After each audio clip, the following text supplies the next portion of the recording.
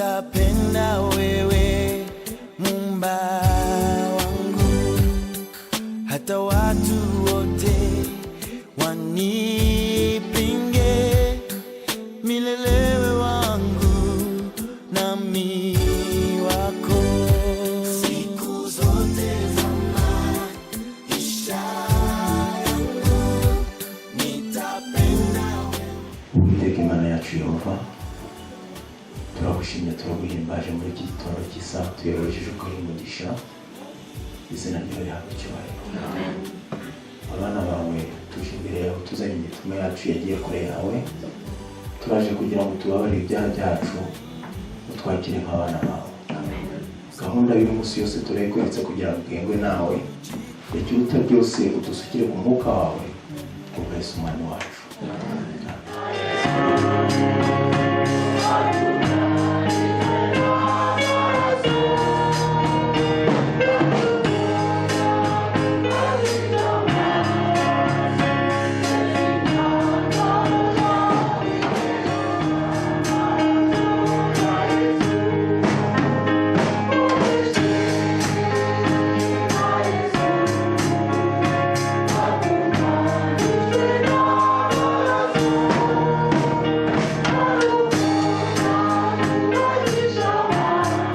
Remercions le Seigneur qui nous a protégés ces derniers temps. Nous avons effectué beaucoup de choses au courant de la semaine passée.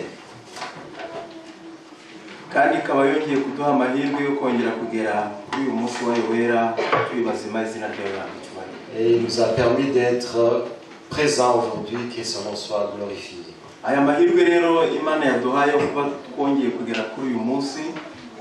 Et ce privilège que nous avons d'être ici, profitez-en.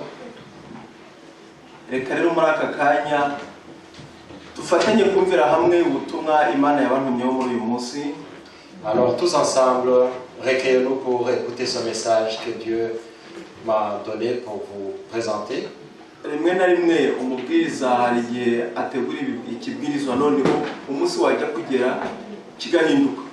Il arrive que le prédicateur prépare son message et le jour de le présenter, il le change.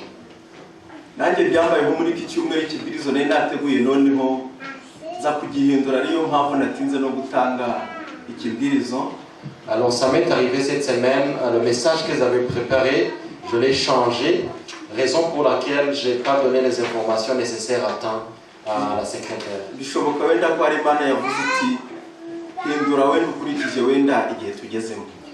C'est peut-être que c'est Dieu qui m'a dit de faire ça et de changer le message en fonction des temps que nous vivons.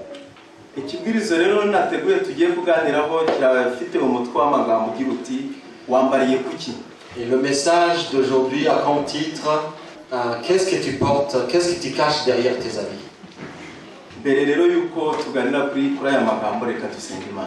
avant cela, on va prier.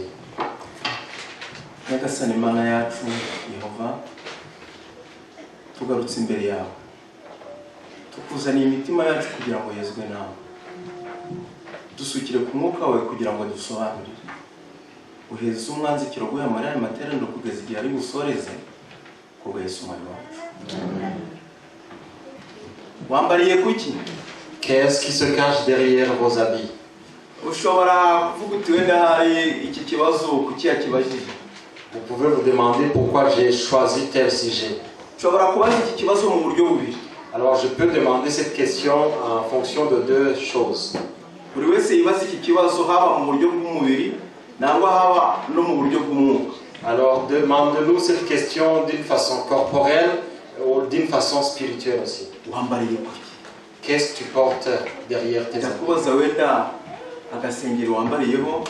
Peut-être tu as un petit chandail derrière ta chemise. Cyangwa se wenda nyuma y'iyo chemise wenda hari ikindi kintu wambariyeho. Derrière votre chemise, il y a quelque chose d'autre. Ubwo ni mu buryo bw'umubiri. Ça c'est au niveau du corporel. Noneho dutekereze n'ibindi noneho twambariraho mu buryo bwa mwuka. Et pensons à ce que nous cachons, qu'est-ce que nous portons devant Ese d'une façon spirituelle. ese uko mubona ahangaha ni konde La façon dont vous me voyez comme ça, c'est comme ça que je suis. nyamara mushobora kuba uko mubona atari konde. Il se pourrait que la façon dont vous me voyez, ce n'est pas comme ça que je suis. haba hari icyo mpishe muri nge ndakizi. Il se pourrait que je cache quelque chose à moi. Moi seul, je le connais. rimwe na rimwe mukaba mwangira wenda inyangamugayo wenda ntariyo. Il se pourrait que vous me dites, vous dites le monsieur il est honnête, mais pourtant il n'est pas. cyangwa se mukavuga turiya muntu ntari inyangamugayo kandi wenda ariyo. Et vous pouvez vous dire, mais cette personne n'est pas intègre, mais pourtant il est. aka kanya rero ni akacu ko kwitekerezaho muri uyu mwanya. Alors c'est ce moment de penser à nous, de nous voir à nous-mêmes, ce moment. buri wese yitekerezaho areba icyo yambariyeho. Alors c'est à nous de réfléchir sur nous-mêmes, sur quoi nous portons nos habits. ese byatumarira iki kugira ngo mbere uko meze neza nyamara muri njyewe biracika? À quoi ça sert de vous montrer que je me porte bien, alors qu'à l'intérieur de moi, rien ne va? Imana izi ibyo duhishe mu mitima yacu. Et seul Dieu sait ce que nous cachons dans nos cœurs. hano tutangiriye ku isomo dusanga muri Yesaya igice cya 50 cya gatandatu umurongo wa mbere kugera wa 10. Alors je vous invite d'ouvrir vos Bibles à Ésaïe 61, verset 10. haragira hati nzajya nishimira Uwiteka cyane, umutima wanjye uzajya unezererwa Imana yanjye, kuko yanyambitse imyambaro y'agakiza akamfubika umwitero wo gukiranuka, nk'uko umukwe arimba akambara ikamba, kandi nk'uko umugeni arimbishwa iby'umurimbo bye. Alors je lis, je me réjouirai extrêmement en l'Éternel, mon âme s'égaiera à mon Dieu, car il m'a revêtu des vêtements du salut et m'a couvert du manteau de la justice, comme une épouse qui s'orne de ses joyaux. nzajya nishimira Uwiteka Imana yanjye yanyambitse imyambaro y'agakiza. Je me réjouirai extrêmement en l'Éternel parce qu'il m'a revêtu des habits de valeur. ya mirimo yo gukiranuka tubona tuvuga buri munsi.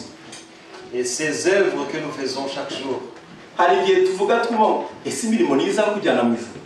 Des fois nous disons, mais ce sont les œuvres qui vont nous permettre d'entrer au ciel. noneho twamara kuvuga ngo none se iyo mirimo izakujyana mu ugasanga nayo ntayo dufite. Et on se demande même, est-ce que ces œuvres, on les a finalement? aha rero uyu Yesaya uyu mwanditsi w'iki gitabo yavuga ngo umutima wanjye uzajya unezererwa Imana yanjye kuko yanyambitse imyambaro y'agakiza. Alors dans ce texte, Esaïe dit que son âme va se réjouir parce que Dieu l'a revêtu des manteaux de justice. ese mwari muzi yuko Uwiteka tubona uko tutibona twebwe ubwacu? Savez-vous que l'Éternel nous voit de la façon dont nous ne voyons pas nous-mêmes? Kristo yatanze ubugingo bwe ku bwacu. Alors Christ est mort pour nous. kubw'ibyo rero titugicirwe Uwiteka kuko twakijijwe ku bw'ubuntu. À cause de ça, nous avons été sauvés par la grâce. ubwo buntu rero ariko ntibuduha uburenganzira bwo gukora ibyo dushaka nk'uko twakijijwe. Mais cette grâce que nous avons reçue ne nous permet pas de faire ce que nous voulons. tugomba kugira na wa mwitero Imana yadutije ariko kwizera. Nous devons porter ce manteau qui est la justice. tukagira kwizera muri twebwe. La justice en nous-mêmes. iyo dusomye mu gitabo cy'Abefeso igice cya gatandatu umurongo wa 11, Si nous continuons, nous pouvons lire en Éphésiens chapitre 6, verset 11. haragira hati mwambare intwaro zose z'Imana kugira ngo mubashe guhagarara mudatsinzwe n'uburiganya bwa Satani. Soyez revêtus de toutes les armes de Dieu, afin que vous puissiez résister aux embûches du démon. none se izo ntwaro z'Imana batubwira ahangaha n'izihe? Quelles sont les armes de Dieu dont il est question? iyo dusomye rero ku murongo wa 14 kugeza wa 17 turazihasanga. On peut voir ces armes quand nous lisons le verset 14 jusqu'au verset 17.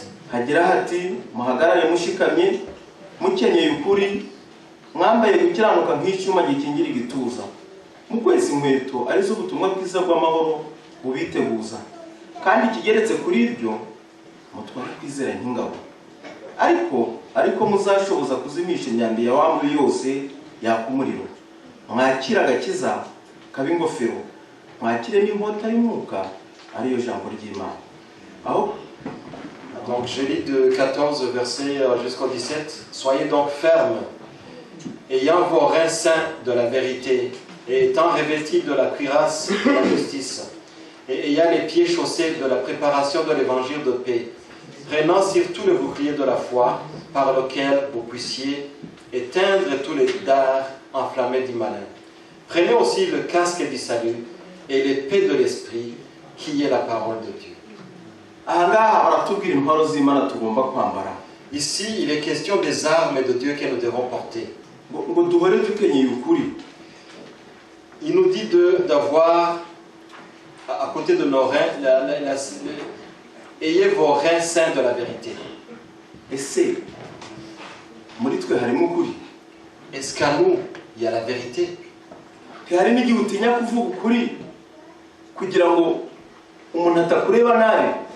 Il arrive que nous ne disions pas la vérité de peur que les gens ne nous critiquent pas. Et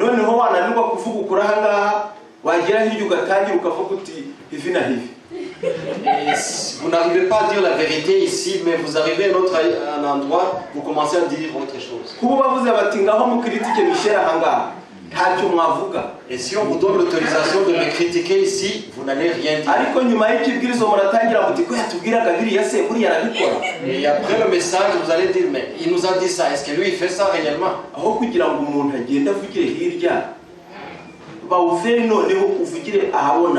Soyons ouverts.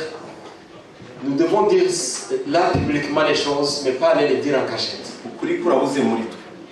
Nous manquons la vérité.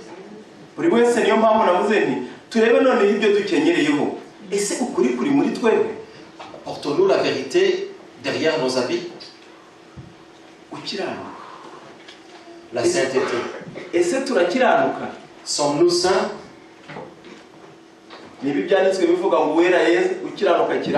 Et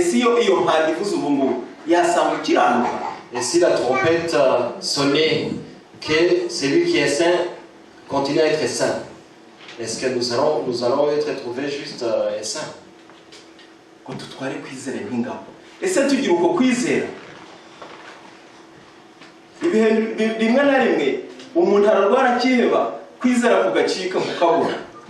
Ils nous disent aussi de prendre le bouclier de la foi. Et des fois, quand nous tombons malades, notre foi tombe aussi.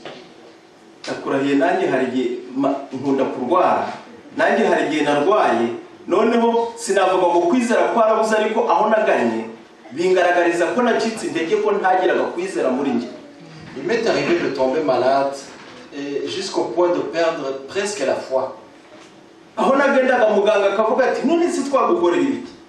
Et quand j'allais chez le médecin, il me dit, mais qu'est-ce qu'on peut faire pour toi? Et parce qu'il ne voyait rien. Est-ce que tu as un problème? Je ne vois rien.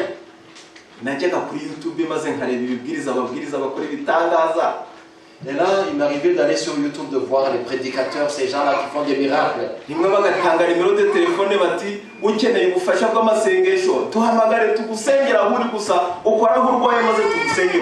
à la fin, ils disent, prenez vos téléphones, appelez-moi, et puis prenez là où vous ne vous sentez pas bien. Vous allez, on va prier pour vous.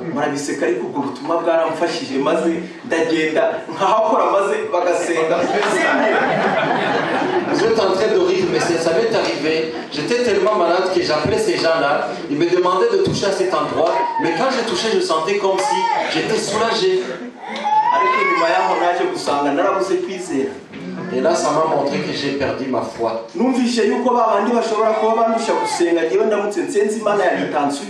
C'est comme si ces gens-là qui priaient pour moi avaient plus de foi que moi-même.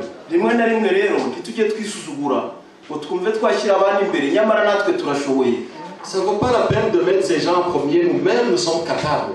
Et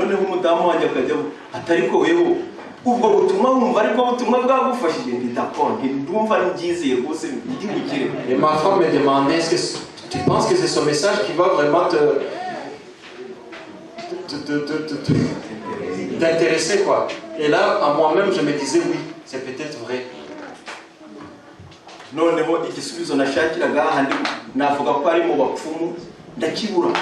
C'est comme si j'allais chercher la réponse ou la guérison chez les sorciers, mais il n'y en avait pas là-bas.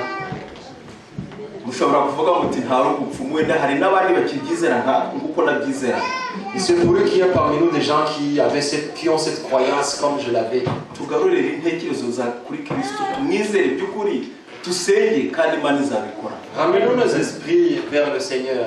Prions très fort et le Seigneur va nous aider. Nagerageje gutakambira Imana vraiment maze Imana yumvura ububabare maze iranyohereza mbadakiza. Alors j'ai prié profondément mon Seigneur.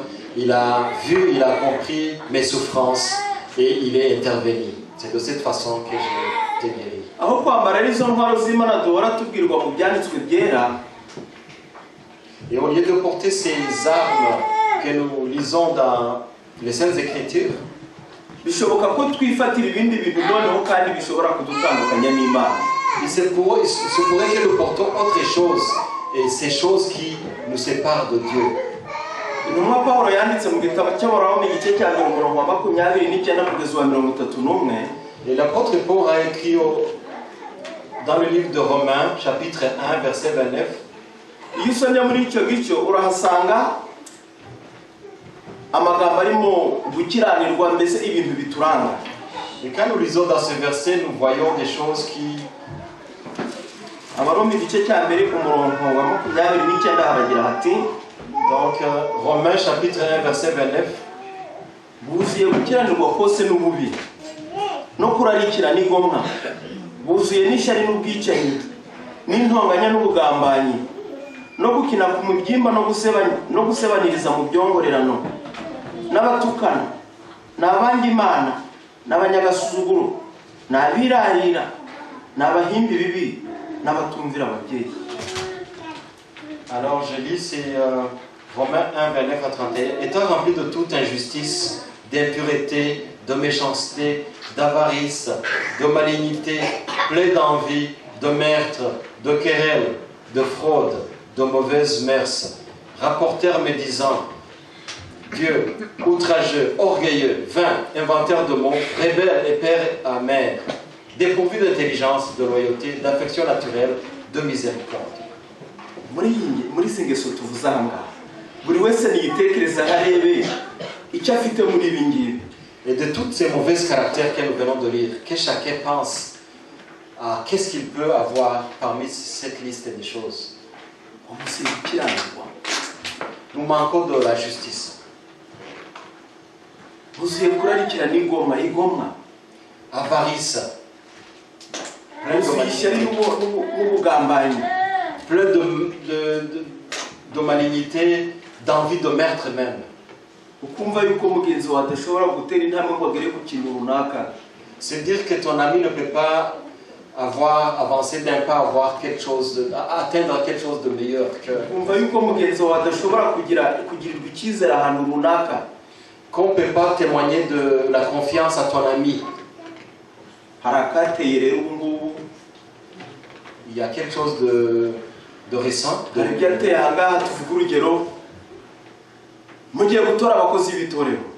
quelque chose qui est à la mode, comme quoi nous allons élire les ouvriers de Dieu. Et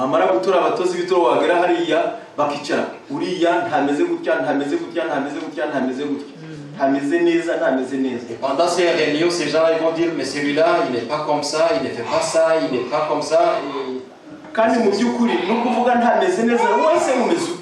Alors qu'on est en train de juger cette personne, il n'est pas comme ça, mais nous sommes quoi? Nous sommes comment?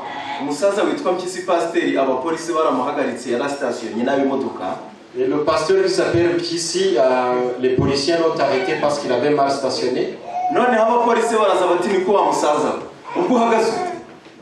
Alors les policiers sont venus lui dire mais pasteur, comment vous avez garé?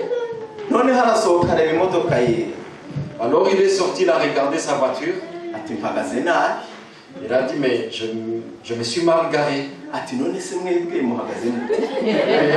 demandé mais vous comment vous êtes, comment vous vous comportez? Il leur a dit mais est-ce que vous êtes prêts? Si le Seigneur venait aujourd'hui, il va trouver que vous êtes prêts. Alors que nous pointons nos doigts, nos amis. Et on se dit que les 4 doigts qui restent nous regardent nous-mêmes. tuvuge niba twanze gutora Nserime kubera wenda ntanamushaka ko tubana hano. Supposons que nous ne voulons pas élire Anselme parce que je n'aime pas. Tutazanyemo amarangamutima abanyakuri nyakuri mwabona hano n'abantu bangahe. Si on enlève nos sentiments, on les met de côté, qui sont les gens justes qui sont dans cette salle? Les gens qui sont justes, levez vos doigts. Les justes, les justes. Une seule personne est juste. Alors abandonnons ce que nous faisons de l'église. Démissionnons tous et puis laissons le juste faire son travail.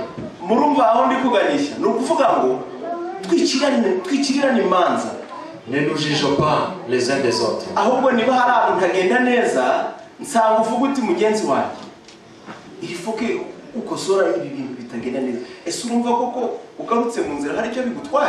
Si j'ai des faiblesses, que mon ami vienne me dire, écoute mon frère, ici ça va pas, reviens, fais comme ça.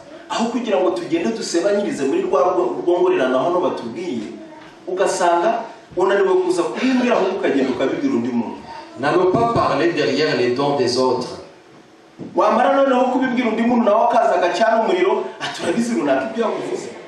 Et là tu vas dire, colporter des nouvelles à quelqu'un d'autre, mais l'autre personne va venir me transmettre ce que tu as dit.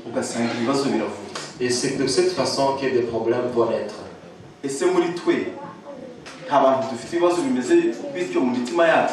N'avons-nous pas ces problèmes dans nos cœurs?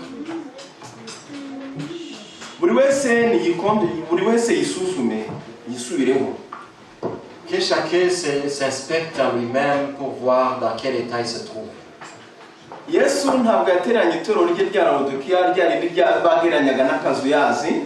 Jésus n'a pas abandonné l'église de la Laodicée qui était considérée comme l'eau qui est tiède. Donc Jésus ne l'a pas abandonné, mais il a donné des conseils.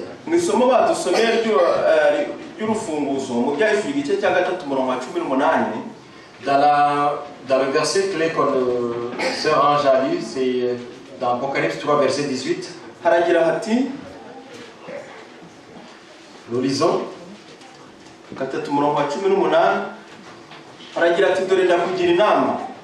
Ungure n'izahabu yatunganijwe n'uruganda kugira ngo ubone uko umutunzi, kandi ungure n'imyenda yera kugira ngo ubone uko wambara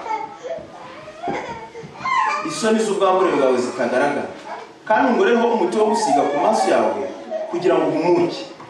Je te conseille d'acheter de moi de l'or éprouvé par le feu, afin que tu deviennes riche, et des vêtements blancs, afin que tu sois vêtu, et que la honte de ta nudité ne paraisse pas, et un collier pour oindre tes yeux, afin que tu vois.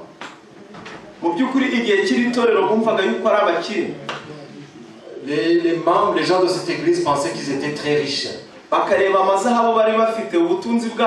Ils regardaient les richesses, l'or qu'ils avaient. Ils se disaient, oh, on n'a pas de problème. Ils changeaient des habits à chaque moment. Ils se disaient, on est bien.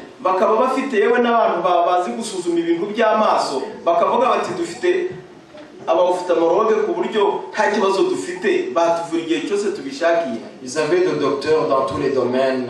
Ils s'inquiétaient de rien. Mais le Seigneur les a vus, il les a trouvés nus et impitoyables. C'est pour que tu sois riche dans des choses matérielles, mais que tu aies réellement besoin de Jésus.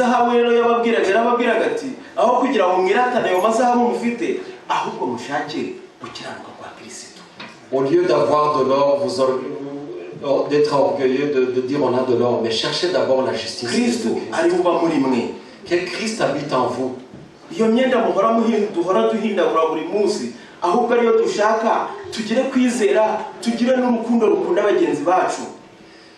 Ayons de l'amour entre nous-mêmes, cet amour qui nous permettra d'aimer nos frères, nos sœurs, au lieu de changer les habits autour de nous.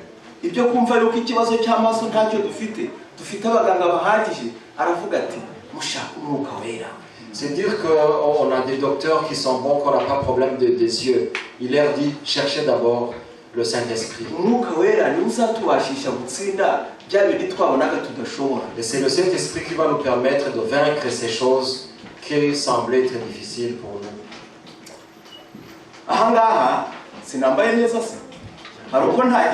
Vous me trouvez, je suis bien habillé, non? J'ai déployé mes efforts, voilà ce que je porte. Mais réellement, mais je suis habillé comme un maïs. Vous voyez les billes de maïs? Vous avez vu le maïs, comment il est entouré? On peut pas, pour l'atteindre, il faut enlever une couche de choses. Je vous donne un exemple. Vous voyez, même si j'enlève mon manteau, mais ma chemise est encore belle, non? Vous voyez cette chemise, la couleur? Est-ce qu'elle n'est pas belle? Ça représente quoi? Le ciel. La chemise représente le ciel. iyo abantu batubona hano kuri Eglise babona iyo twicaye hano twese uwatubona aravuga ati bariya abantu nabatahaki nabatahajuru. Et les gens qui nous voient de l'extérieur, qui nous voient, nous sommes à l'église, ils se disent mais ces gens-là, c'est les gens qui se préparent pour aller au ciel. Ubwo nibyo muri make ndi ku present wari wese araza akavuga ati aba n'abakristo rwose nta kibazo gihari. Et les gens qui nous voient, ils disent ah mais ce sont des chrétiens.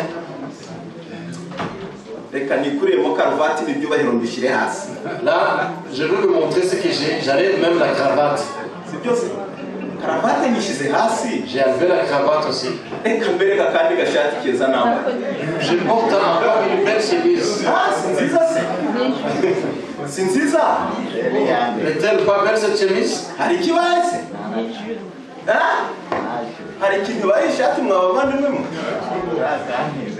Vous la trouvez belle cette chemise? C'est bon? Est-ce qu'elle est belle la chemise? La personne qui est devant, il voit que je porte une belle chemise, je suis un bon chrétien. Même si je porte une belle chemise, une belle chemise. C'est ça que vous appelez la belle chemise.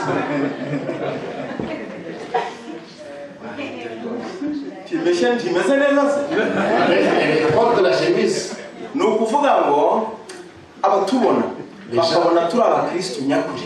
Les gens qui nous regardent et qui pensent que nous sommes des vrais chrétiens. Mais réellement, on combine les deux. On est en même temps des chrétiens et en même temps des païens. Voyez-vous des taches noires des huiles qui sont des taches noires mélangées avec des taches avec la chemise qui est blanche en soi.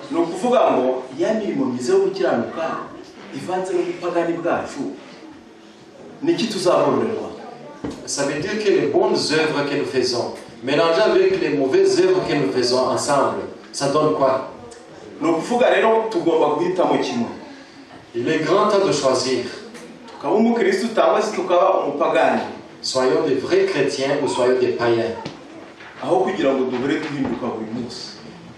Au lieu de changer chaque jour d'un côté et de l'autre.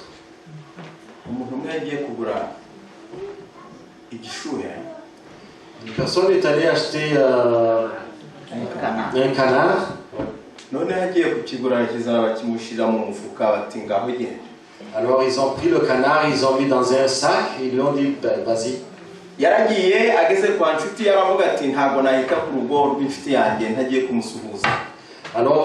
Alors qu'il passait devant chez son ami, il s'est dit non, je ne peux pas passer, il faut que j'aille le voir et puis le saluer.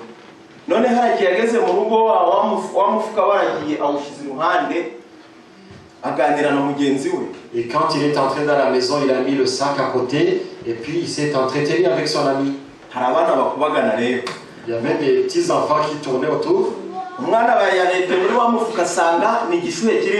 Et l'enfant, il a vu que dans le sac, il y avait le canard. noneho yigira inama aravuga ati nanjye mfite akana k'ingurube. Le petit s'est dit, mais moi j'ai un petit cochon. Ati kangende nshyiremo akana k'ingurube noneho kiriya gishuhe cye aricyo nsigarana. Il s'est dit, maintenant je vais prendre le petit cochon, je vais le mettre dans le même sac, et là je vais garder le canard. Umwana aragiye arabihinduye gutya ashyiramo icyana cy'ingurube afunga kagafuka. Et l'enfant il a changé, il a pris le canard et puis il a mis le cochon, il a fermé le sac. Igishuhe arakigumanira maze noneho igihe cyo gutaha kigeze umugabo ati mukampa agafuka kanjye. Et le monsieur, c'était le temps de partir, et il a dit, mais donne-moi mon sac, je m'en vais. Afata agafuka karagenda ageze mu rugo. Alors quand il est arrivé chez lui à la maison, abwira umugore ati yewe ati ku isoko birahendutse ibishuhe ntiwareba biri kugura make. Alors il a dit à sa femme, mais tu ne peux pas comprendre, au marché, ça coûte, le prix, il y a des bons prix, il y a des rabais. J'ai pu acheter un canard comme ça. Et là, je vais même chercher beaucoup d'argent pour que j'aille acheter beaucoup de canards. Et la femme me dit, mais comment ça? Ces derniers temps, les canards, ça coûtait cher. Mais comment se fait-il que maintenant ils sont à un bon prix? Et il a dit, attends, je vais te montrer. Il a pris le sac, il a ouvert. Et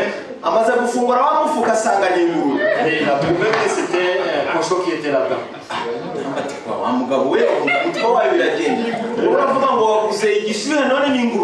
Et la madame m'a dit, mais comment est-ce possible? Tu me dis que tu as acheté un canard, mais je vois que tu as un cochon.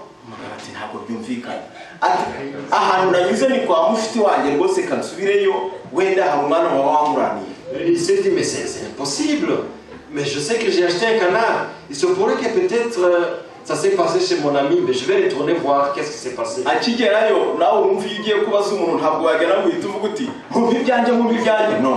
Et quand il est arrivé patiemment et puis il ne s'est pas précipité pour demander, écoute, vous avez fait ça.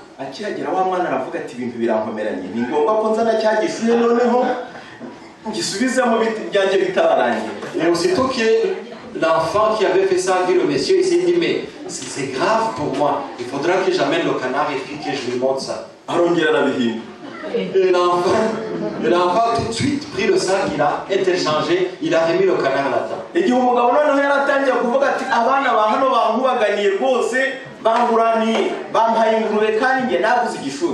au moment où le monsieur commençait à se produire, comme quoi, quand je suis arrivé ici, j'avais un canard.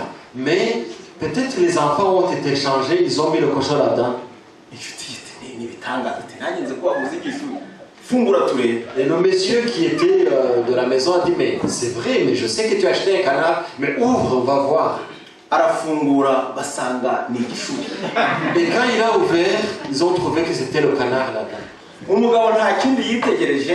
Et le monsieur, il a regardé, il était étonné.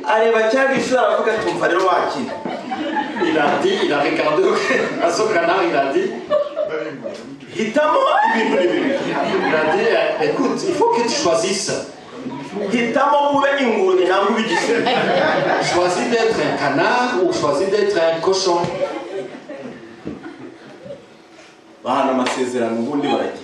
Alors il a pris le canard, il s'est en allé.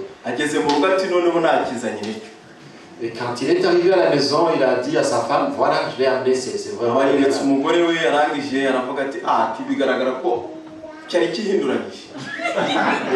il a dit, mais c'est possible que le canard s'est changé en cochon.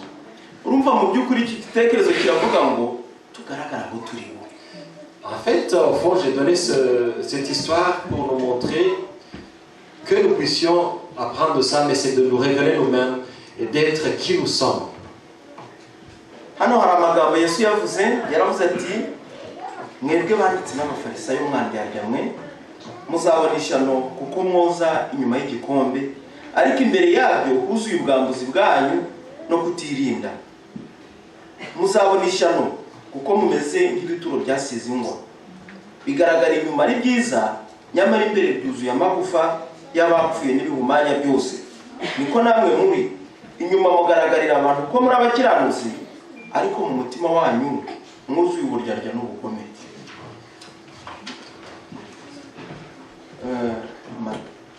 Matayo 5 On vient de lire dans Matthieu 5, 13 à 16. Donc, vous êtes le thème de la vie.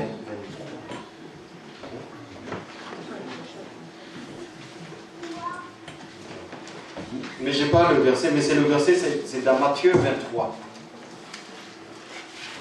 Vous pouvez continuer, c'est Matthieu 23 qu'il vient de lire. ubwo muraza kubasoma noneho.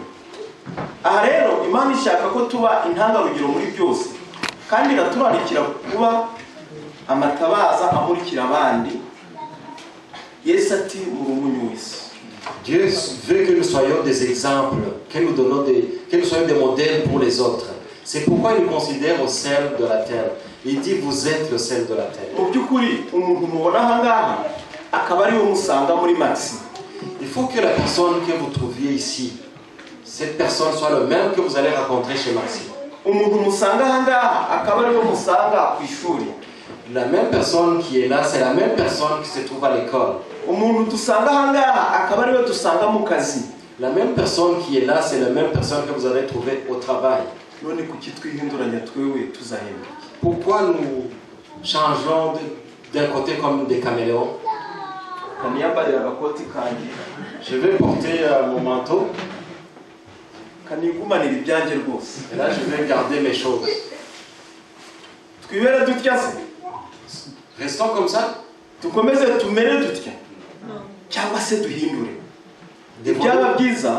changer? La meilleure des choses, c'est que nous puissions changer nous-mêmes. Changer notre façon de vivre. Et de cette façon, Jésus pourra nous éclairer.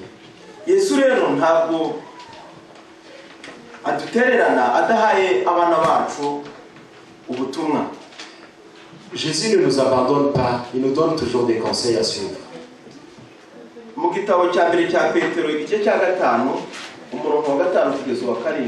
Dans 1 Pierre 5, verset 5 jusqu'à 7. haragira hati namwe basore mugandukira abakuru mwese mukenyere kwicisha bugufi kugira ngo mukorerane kuko Imana irwanya bibone ariko abicisha bugufi ikabahera ubuntu nuko mwicishe bugufi muri munsi y'ukuboko gukomeye kw'Imana kugira ngo ibashyire hejuru mu gihe gikwiriye muyikoreza amaganya yanyu yose kuko yita kuri mwe. De même, vous qui êtes jeunes, soyez soumis aux anciens et tous, d'avoir rapport mutuel. Revêtez-vous d'humilité, car Dieu résiste aux orgueilleux, mais fait grâce aux humbles. Humiliez-vous donc sous la puissante main de Dieu, afin qu'il vous élève au temps convenable, et déchargez-vous sur lui de tous vos soucis, car lui prend soin de vous.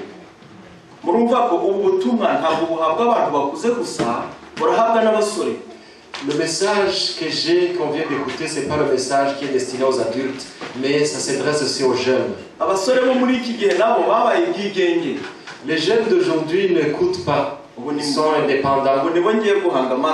Et là, je vous fixe, c'est à vous que je parle, les jeunes.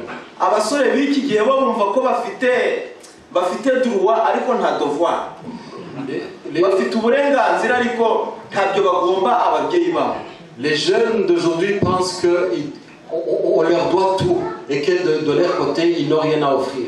Et quand tu demandes à un enfant pourquoi tu as fait ça, il dit ah, ça c'est mon droit.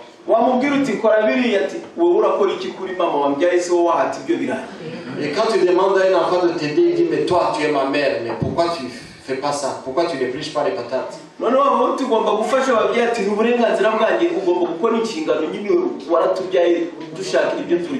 te dit mais l'enfant tu dois aider à tes parents. Il dit mais non, mais c'est vous, c'est parce que vous m'avez mis au monde, c'est à vous de me prendre en charge.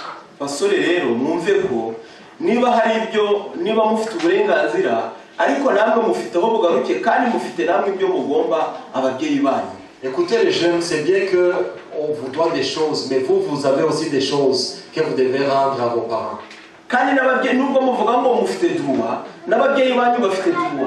Vous ne savez pas que vos parents ont aussi des droits? Pensez-vous que les parents n'ont pas de droits?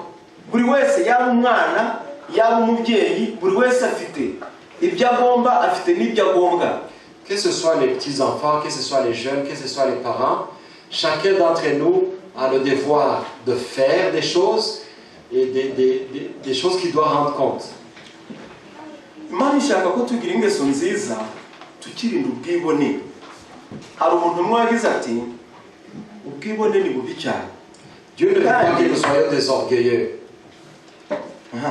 Umuntu umwe aravuga ati ubwibone ni bubi cyane, ati kandi ikibazo ukuntu ari bubi cyane. Ati n'umuntu w'umwibone iyo abonye undi muntu w'umwibone ati yumva bimubangamiye cyane. Être orgueilleux, c'est comme un fléau, c'est terrible. Quelqu'un qui est orgueilleux, quand il rencontre un autre orgueilleux, il le sait. Et il se bat bien. Urumva ukuntu ubwibone ari bubi. Kandi noneho ubwibone twibuke yuko aribwo bwavanye Satani mu ijuru ntacyo yarabuze. Rappelons, c'est à cause de l'orgueil que Satan est descendu du ciel pour venir ici. Iyo dusomye muri Zaburi igice cya 4 turahasanga ko ubwibone butandukanya umuntu n'Imana. Et si on s'en va dans Psaume chapitre 10 verset 4, on trouve que l'orgueil nous sépare de notre Seigneur. Ubwibone kandi ni icyo ya Satani. Uko buranga. Et l'orgueil, c'est bien, c'est dans la nature, c'est dans l'ADN de Satan. Ubwibone ni icyo ya Satani. None se kuki dushaka imico ya Satani akaba ariyo duhindura imico yacu? Alors pourquoi voudrez-vous prendre la nature de Satan pour que ça soit, nous l'intégrons à nous-mêmes? Ikidukwiriye rero ni uguhindura imibereho yacu. Niba turi abakristo tukaba abakristo bazima, tukaba bizera nyakuri, abiringirwa. Changeons notre façon de vivre. Si nous nous disons des vrais chrétiens, changeons notre comportement pour que nous soyons des chrétiens dignes et intègres. Abiringirwa barabuze. Umuntu asigaye guhamagara ati Denis nshuti yanjye ngize akabazo k'amafaranga wenda bamfatiye gutya na gutya warwanya ati washa ntabwo wishura. Il n'y a plus de gens intègres dans ce monde. Quelqu'un t'appelle comme quoi, écoute mon ami, j'ai vraiment un problème, est-ce que tu peux me prêter de l'argent? Et directement tu reçois la réponse, non, écoute mon vieux, on te connaît, quand on te donne, tu payes rien. Et à nous, on se dit que nous sommes des chrétiens.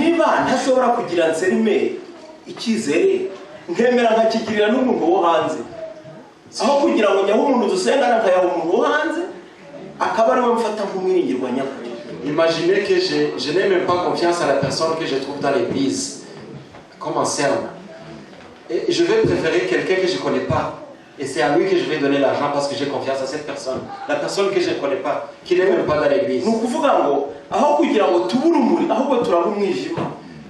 Au lieu d'être la lumière du monde, nous devenons comme les ténèbres du monde.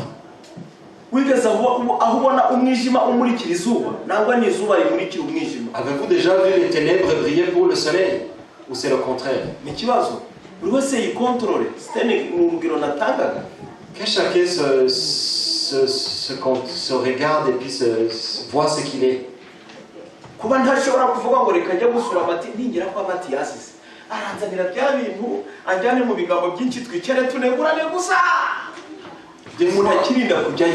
Des fois, on évite d'aller chez nos amis comme aller chez Mathias. Parce que je me dis, si je vais chez lui, on va commencer à critiquer les gens, on va parler de ça, on va parler de ça. Et de cette façon, je vais dire, non, je n'y vais pas.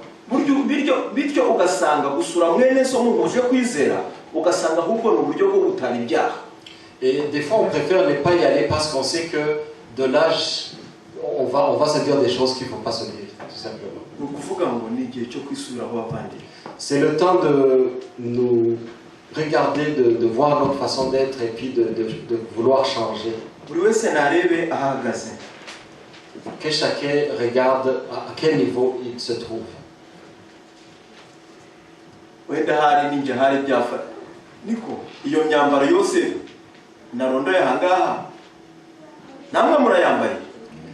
Toutes ces armes que j'ai sorties, est-ce que vous les portez aussi?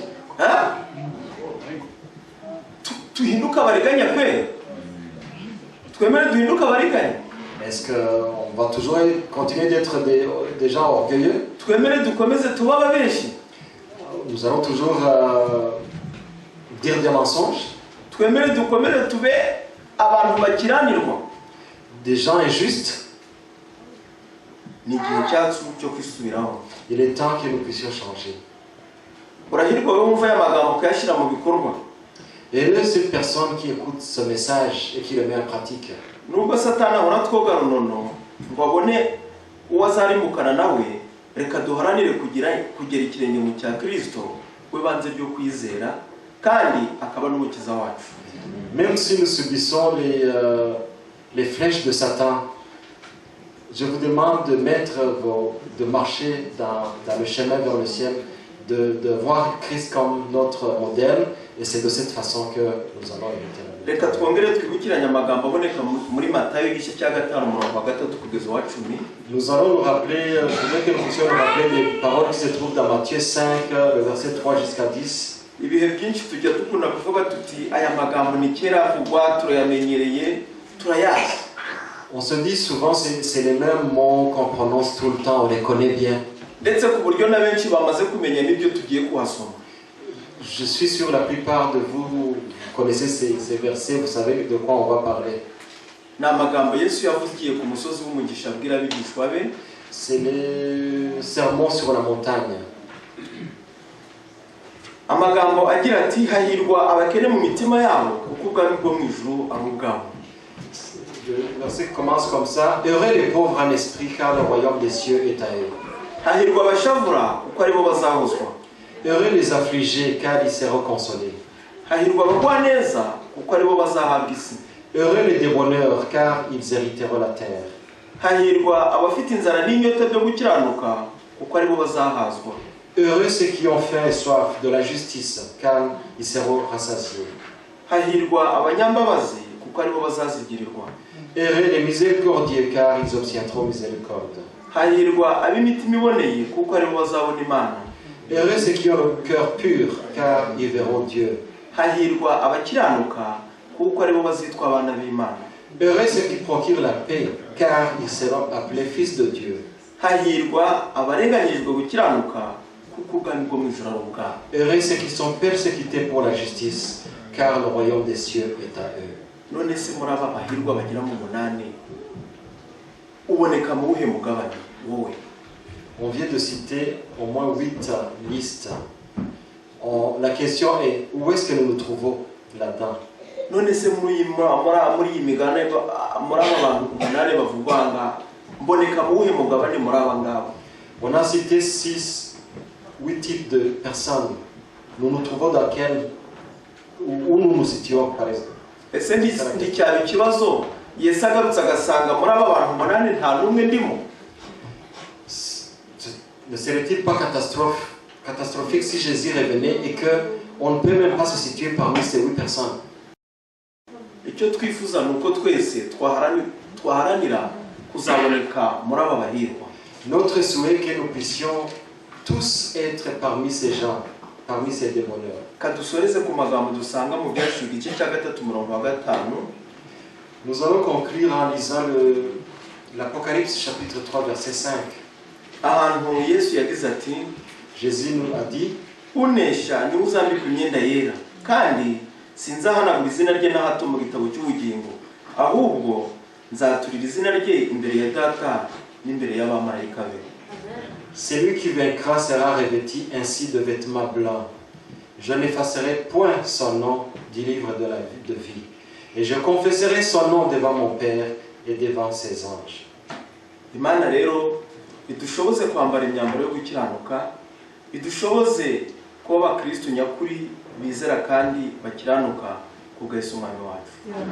Que Dieu puisse nous aider pour que nous puissions porter des armes qu'il faut, des armes que nous avons citées, que nous puissions être des vrais chrétiens, des chrétiens qui ne tournent pas à gauche, à droite, jusqu'à ce qu'ils reviennent. C'est ma prière aujourd'hui. Nyagasani Mana, uyu mwanya turitanze kugira ngo twemere ujye ukoreshwa nawe. Bana natwe, bana n'imitima yacu, bana n'imigambi yacu yose, kubwa Yesu Umwami wacu. Amen.